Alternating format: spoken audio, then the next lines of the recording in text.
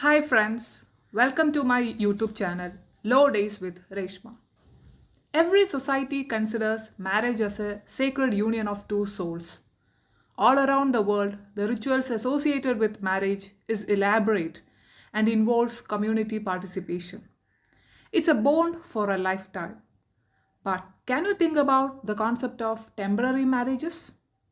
The Shia law recognizes two kinds of marriage, namely permanent and muta or temporary marriages.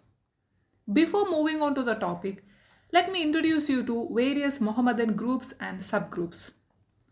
The Mohammedans are divided into two groups, mainly the Sunnis and the Shias.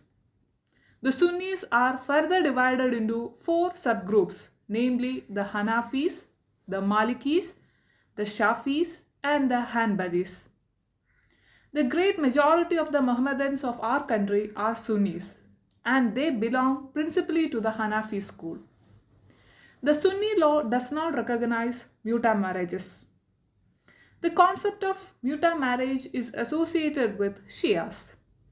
Shias are divided into three main subgroups, namely the Athna Ashariyas, the Ismailiyas, and the Sayyidiyas.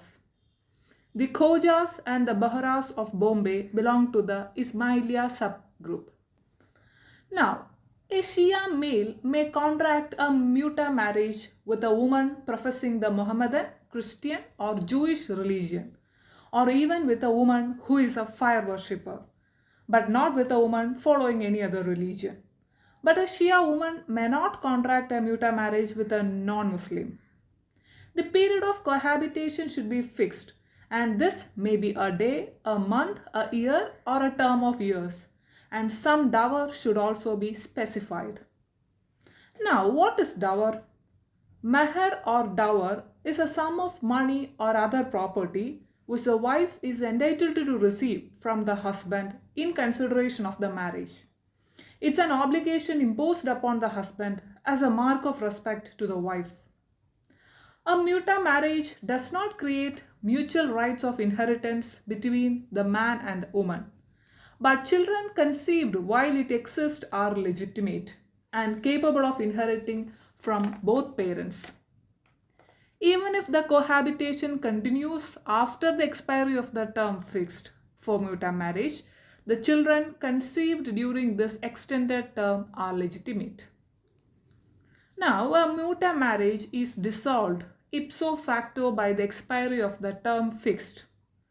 But the husband may at his will put an end to the contract of marriage by making a gift of the term, or that we call hiba-i muddai, to the wife, even before the expiration of the fixed term. If a muta marriage is not consummated, the woman is entitled to half the dower. If the marriage is consummated, she is entitled to full dower, even though the husband may put an end to the contract by giving away the unexpired portion of the term.